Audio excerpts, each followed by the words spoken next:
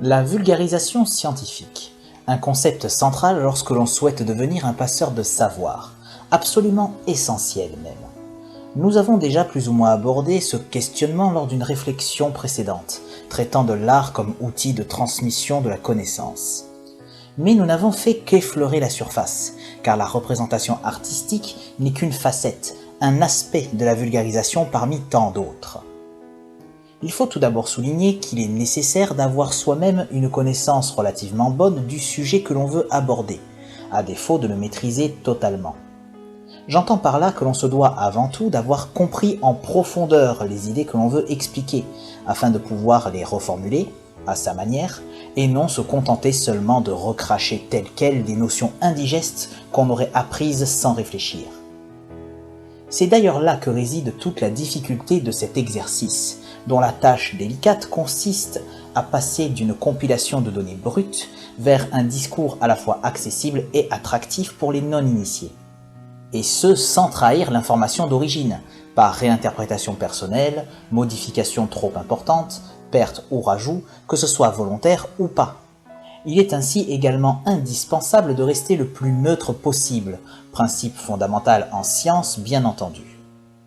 Du coup, ces contraintes inhérentes au processus imposent-elles des limites? Sans doute, mais quelles sont-elles? Doit-on privilégier la fidélité et la précision plutôt que la compréhension pour le plus grand nombre, ou inversement? Jusqu'où peut-on adapter son propos, par souci de simplification ou envie d'éveiller l'intérêt, sans le déformer à outrance? Aussi est-il vraiment judicieux de parler de la vulgarisation? Selon le public que l'on vise, ne devrait-on pas plutôt parler de vulgarisation au pluriel, avec différents niveaux de complexité, invitant à faire ses propres recherches pour approfondir de son côté? Et n'est-ce finalement pas ça, la base de l'enseignement? J'ai posé ces questions à des personnes concernées et compétentes, des vidéastes et vulgarisateurs de talent, étant en plus directement liés au milieu scientifique par leur profession ou leurs études, et de ce fait bien plus qualifiés que moi pour y répondre.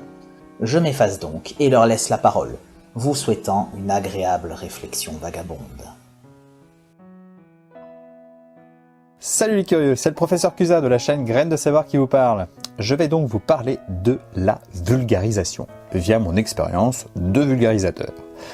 Déjà, décortiquons ce terme vulgarisation. Ce mot vient du latin vulgaris et lui-même dérivé de vulgus. Vulgaris désigne le commun, le banal qui appartient à l'ensemble d'une communauté et dans son sens actuel, au travers de vulgarisation, désigne l'accès d'un savoir d'expert pour un large public. Ici, cela concerne plus précisément la vulgarisation scientifique, mais sachez que vous tous, vous êtes régulièrement des vulgarisateurs. Je m'explique. Lorsque vous expliquez à un ami, par exemple, l'histoire de la première trilogie de Star Wars, alors que celui-ci est totalement ignare du monde de Star Wars, ou alors vous parlez du fonctionnement d'un moteur à explosion à une personne étant une qui en mécanique. Eh bien, dans ces deux situations, vous êtes un vulgarisateur. En utilisant des termes communs, des analogies avec des faits et histoires de la culture populaire, vous allez rendre à portée les faits et savoirs qui vous passionnent. Et en allant plus loin, développer le sens critique de votre interlocuteur en lui laissant le loisir de vous interroger sur certaines précisions ou vous donner son avis sur le sujet. Une bonne vulgarisation doit aboutir à un dialogue pour d'une part permettre de donner des précisions et d'autre part élargir les perspectives des connaissances du spectateur mais aussi du vulgarisateur. C'est pour cela que bien souvent les conférences se terminent par un échange avec le public. Même sur YouTube, les vulgarisateurs peuvent utiliser l'espace des commentaires pour donner des précisions et échanger avec son public sur le dernier thème qu'il a abordé. Vulgariser pour moi n'est pas totalement un don de savoir, car l'échange est primordial pour interagir au mieux avec son public, pour le connaître et découvrir ses attentes sur le sujet, et par ce fait lui permettre d'avancer dans sa quête de savoir. Par contre, vulgariser ne veut pas dire simplifier, car bien souvent, une simplification va fausser une partie du sujet.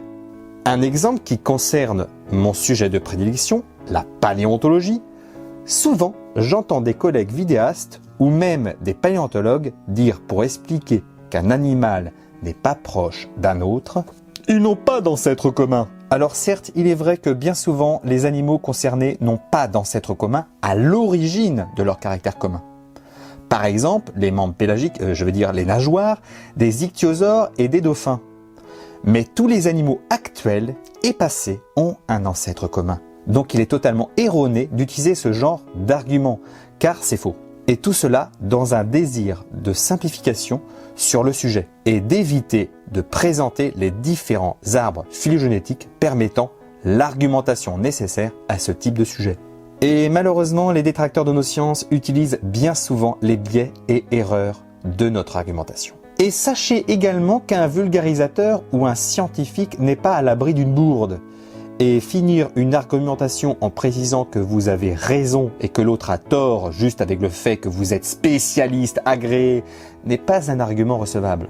Pour exemple, il y a de ça quelques années, lors d'une de mes conférences sur la crise Crétacé-Paléogène, une personne a interrompu mon collègue et moi-même, car nous avions osé dire que les ammonites avaient totalement disparu à la fin du Crétacé.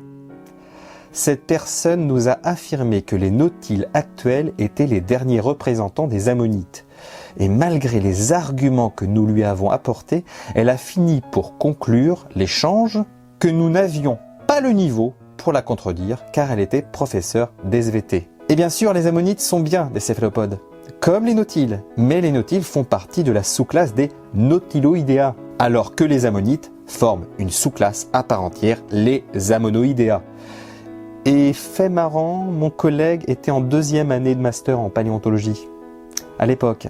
Donc, professeur d'SVT. Un bon vulgarisateur sera donc capable de présenter ses propres limites et si parfois certaines questions peuvent dépasser les limites de ses connaissances, il saura diriger son public vers des personnes ou supports permettant de répondre à leurs questions. Car répondre de façon hasardeuse sur un sujet technique non maîtrisé pour espérer garder une image de spécialiste décrédibilisera à long terme le vulgarisateur sur l'ensemble de ses connaissances présentées. Le vulgarisateur doit rester humble et être à l'écoute de tous. Pour conclure, la vulgarisation est l'un des plus beaux cadeaux que nous pouvons donner à nos prochains, pour élargir l'accessibilité du savoir et développer l'esprit critique de tous. Le savoir, c'est le pouvoir. Et pas le pouvoir sur les autres, mais le pouvoir sur votre destin. Plus votre savoir est conséquent et généralisé, plus vous pouvez augmenter vos capacités d'interaction avec les personnes qui vous entourent. Ce qui augmente votre réseau social et vous permet par conséquent d'utiliser ce dernier pour augmenter vos chances dans vos choix d'avenir. La connaissance est un bien commun et la diffusion de celle-ci par des acteurs engagés dans une action d'accessibilité au plus grand nombre est un gain non négligeable pour le développement de nos sociétés. Allez, à bientôt et que la curiosité soit avec vous à tout jamais et qu'elle vous conduit vers de nombreuses réflexions vagabondes. Alors bonjour à tous, je suis John, vulgarisateur de la chaîne Paléogie et également paléontologue, diplômé d'un master en paléontologie, validé en 2016. Le sujet que nous propose McEnroe pour cette réflexion vagabonde aujourd'hui consiste à parler donc du travail de vulgarisation scientifique, ses limites et ses difficultés. Alors pour commencer, je vais peut-être répondre à la question, en quoi consiste le travail de vulgarisation ? Pour moi, vulgarisation, c'est transmettre des notions, des définitions, des concepts qui de base ne sont pas à la portée de tout le monde. En gros, c'est faire en sorte que n'importe qui d'un peu passionné ou intéressé par les sciences puisse comprendre ces notions, puisse les assimiler et je pense pour moi le plus important, qu'il soit lui-même capable de les réexpliquer à ses amis ou à sa famille. Pour illustrer ça, moi par exemple, quand j'étais petit, je regardais les émissions de C'est pas sorcier, sûrement comme beaucoup de gens qui nous écoutent, où Jamie, Fred et Sabine arrivaient à me faire m'intéresser à des sujets auxquels je n'avais, on va dire, aucune préférence, par exemple la politique, la géographie, l'économie. Et après l'émission, j'étais capable d'expliquer ces sujets à mes proches. Maintenant, dans le cas où on est une personne, on va dire, initiée dans le domaine que l'on veut vulgariser, c'est-à-dire qu'on a fait des études, qu'on a un master, un doctorat ou même qu'on est chercheur dans ce domaine, eh bien, une des plus grosses difficultés, c'est de se mettre à la place de personnes non initiées. C'est ce qu'on appelle, alors en français, on appellerait ça la malédiction du sachant. Je sais qu'il existe une expression en anglais, mais je me souviens plus exactement de cette expression. Il existe des termes qui nous semblent faciles et acquis pour nous, parce qu'on a été formés, on les a appris pendant nos études, mais en fait, il faut être conscient que le grand public, il ne connaît pas du tout ces termes. Donc, il faut donner une définition, mais attention, il ne faut pas juste balancer la définition comme ça et hop, que le public se débrouille avec. Non.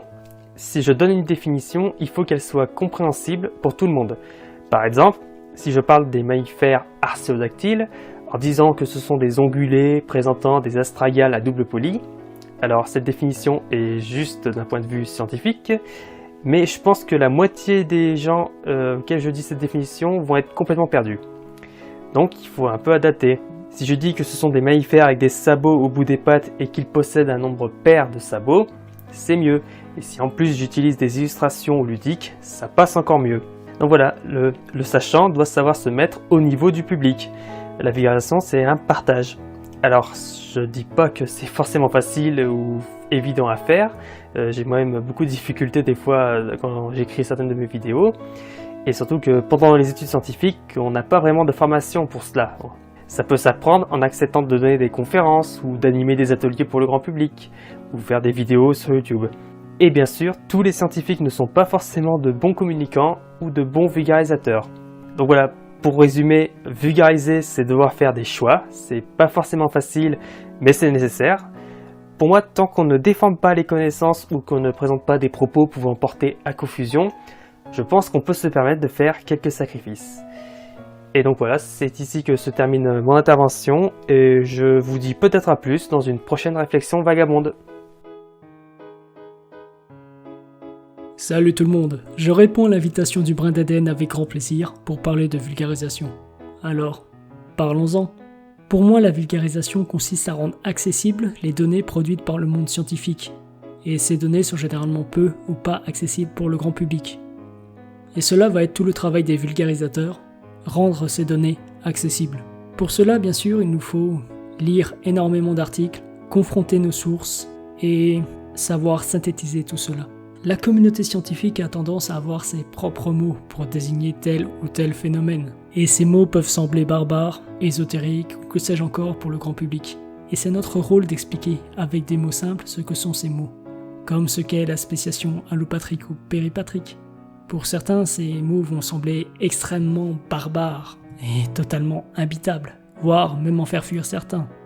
Alors que si l'on explique tout simplement que la spéciation allopatrique, c'est tout simplement la séparation d'une population en deux par une barrière naturelle qui va, au fil des générations, produire deux espèces distinctes. La spéciation péripatrique, elle, ça va être tout simplement une partie de l'espèce A qui va aller coloniser une nouvelle niche écologique. Et ces deux populations, au fil du temps, vont devenir deux espèces distinctes. Et là va être tout le métier des vulgarisateurs, traduire ces mots et ces idées, ces divers phénomènes avec des mots simples et compréhensibles par le grand public. Pour moi, je vois la vulgarisation un peu comme un système de pont ou de passerelle. Le monde scientifique a tendance à être un peu sur une île à part, isolé du reste, et le grand public sur une autre. Et c'est là qu'interviennent les vulgarisateurs qui vont connecter le monde de la recherche, le monde scientifique, avec le grand public. Bien sûr, cela n'est pas aisé. Pour pouvoir rendre accessibles ces données, il faut prendre beaucoup de temps, formuler et reformuler sans cesse les phrases, pour qu'elles soient compréhensibles. On peut se demander alors pourquoi ce ne sont pas les scientifiques qui vont faire leur propre passerelle vers le grand public. Eh bien tout simplement car ils n'ont pas le temps, dans un premier temps. La recherche est chronophage. Elle va vous prendre tout votre temps, et même une grande partie de votre temps libre. Car la recherche est soumise aussi à un système de publication assez strict. Ce n'est pas pour rien que les anglophones parlent de « publish or perish », publie ou meurt. Les scientifiques doivent rendre des papiers assez régulièrement pour ne pas être mis de côté ou exclus du milieu scientifique. Cette course effrénée fait que les scientifiques n'ont tout simplement pas le temps de s'occuper de la partie de la vulgarisation. Et il faut ajouter aussi un autre point, l'argent. Les scientifiques ne sont pas payés pour vulgariser. Et certains aussi ne sont tout simplement pas doués pour vulgariser. Certains scientifiques sont extrêmement doués dans leur domaine, certains sont même les meilleurs. Mais dès qu'il s'agit d'expliquer au grand public ce qu'ils font, c'est tout de suite des catastrophes ambulantes. Je ne dis pas non plus être le plus doué qui soit en termes de vulgarisation, mais c'est C'est en quelque sorte vraiment un job à part. Si j'ai décidé aussi de vulgariser, c'est tout simplement car les données scientifiques, pour moi, doivent être accessibles au plus grand nombre. Le savoir est le pouvoir, et je ne prends pas cette devise à la légère. C'est en informant les populations qu'elles deviennent plus instruites, plus intelligentes, et qu'elles évitent de faire des erreurs encore et encore. Sans vulgarisateur, une grande partie du public resterait dans l'ignorance sur plusieurs phénomènes. Si je prends mon cas par exemple, et cela va être l'objectif de ma chaîne à court, moyen et long terme, ça va être de vulgariser beaucoup sur les requins, sur leur histoire, leur évolution, différents groupes qui se sont succédés. Bien sûr, toutes ces données sont très peu accessibles au grand public. Et si je vais parler beaucoup de ça, c'est car il s'agit de ma spécialité, ce que l'on appelle la paléoïchtyologie. Encore un nom barbare, qui veut tout simplement dire l'étude des restes de poissons dans le registre fossile. Et c'est vraiment un petit milieu, et il faut vraiment s'y intéresser pour pouvoir avoir accès à un minimum de connaissances dedans. Par la chance, mes études m'ont conduit à me spécialiser là-dedans, ce qui m'a en quelque sorte mis un chemin royal pour m'orienter là-dessus. Et ça amène à réfléchir sur beaucoup de choses dans le genre. Combien est-ce qu'il y a de niches comme ça dans la science qui vont être finalement très peu accessibles au grand public et qui pourtant pourraient en intéresser beaucoup? Pour moi, il y en a énormément qui ne demandent qu'à être vulgarisés pour enfin atteindre leur public. Si je dois en quelque sorte résumer un peu ma pensée, le vulgarisateur a le rôle de transmettre le savoir et de susciter l'intérêt dans les foules. Même si cet intérêt ne se développe pas chez tout le monde, si déjà cela intéresse plusieurs personnes, ne serait-ce qu'une dizaine, une centaine, quelques milliers, c'est toujours ça de gagner. Ce seront toujours des personnes qui vont s'intéresser derrière au sujet et qui vont se cultiver. Et c'est le plus important dans la vulgarisation. Transmettre le savoir et permettre à la culture de se développer. Il faut rester curieux et faire en sorte que sa réflexion reste vagabonde. Bonjour à tous. Alors que la science existe depuis que l'homme existe, la communication scientifique au public, elle, est très récente. Bien sûr, la communication entre scientifiques existe depuis très longtemps. Les livres, les colloques, les articles. Mais ces communications ont été pendant très longtemps peu ou pas accessibles au public. Par exemple, très longtemps, le latin a été la langue de la science, et le peuple ne le comprenait pas. Aujourd'hui, à l'inverse, la science et ses théories sont totalement disponibles pour le grand public. Avec en premier lieu les articles scientifiques eux-mêmes. Pas mal sont en libre accès. Pour ceux qui sont encore payants, si on est très motivé, on peut directement faire une demande aux auteurs pour qu'ils vous envoient l'article. Mais bon, il faut souvent avoir un bon bagage scientifique et anglais pour réussir à les lire convenablement. Puis viennent les livres et les magazines de vulgarisation plus ou moins poussés, de Pour la Science à Science et Vie Junior. Viennent ensuite les reportages et les émissions scientifiques à la télévision, et enfin, les derniers nés, les chaînes de vulgarisation sur YouTube. Et ces derniers, dont je fais partie, posent un problème. Alors mettons les choses au clair. Il faut faire de la vulgarisation. Il faut apprendre aux plus jeunes et aux moins jeunes ce que sont les faits et les théories scientifiques. Il le faut. Une société sans bagage scientifique est une société fragile et sensible aux discours les plus malsains et les plus primaires. Mais la vulgarisation scientifique a deux défauts. L'un vieux comme la science et l'autre jeune comme Internet.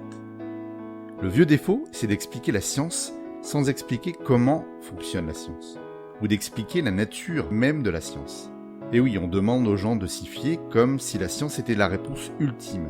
D'ailleurs, lorsqu'on apprend la science à l'école, on nous la présente comme des choses établies, immuables, comme une vérité. Et puis on apprend que la science, c'est pas ça. Et on est paumé. Ce qu'il faut faire, c'est expliquer que la science, les théories scientifiques, ne sont pas gravées dans le marbre ou dans la pierre, comme certaines autres choses. Comprendre le monde, faire de la science, c'est plus participer à la conception d'un immense puzzle où chaque chercheur apporte une ou plusieurs pièces, plus ou moins importantes. Parfois, les pièces n'ont pas la bonne forme, certains ne sont pas d'accord sur la position de la pièce. Mais malgré tout, la science a des pans entiers du puzzle dont les pièces nombreuses sont parfaitement assemblées et qu'on peut estimer fidèles à la réalité. Une théorie valable est un énorme morceau de puzzle dont les pièces vont ensemble. A l'inverse, une étude seule, une seule pièce du puzzle, peut et doit être vérifiée et complétée afin de voir s'il existe d'autres pièces qui lui correspondent. Le jeune défaut de la vulgarisation scientifique est donc lié aux nouveaux médias, et c'est le défaut de ses qualités, c'est-à-dire qu'elle met la science à la portée des gens. C'est paradoxal, vous allez me dire.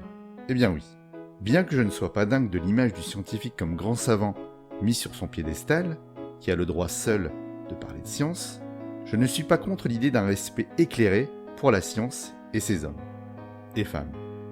Et le souci de la vulgarisation, notamment celle disponible sur les internets, comme les chaînes YouTube, c'est que ça enlève le côté, peut-être pas sacré, mais précieux du discours scientifique. Aujourd'hui, un média comme YouTube peut toucher des millions de viewers très facilement. Enfin, facilement, pas encore pour moi, mais le souci, c'est que comme n'importe qui peut faire une chaîne YouTube, pour y filmer son chat, y ouvrir son courrier ou y faire des top 10 passionnants, les chaînes de vulgarisation ramènent le discours scientifique à ce niveau. Ainsi, bien malgré nous, nous abaissons la pensée scientifique au niveau des autres pensées et autres opinions. De ce fait, puisqu'il y a cette impression que tout est au même niveau, de nombreuses personnes pensent que leur avis, leur opinion, leur impression, leur vécu a le même poids qu'un ensemble de papiers et d'articles qui prouvent un fait, une idée ou une théorie scientifique.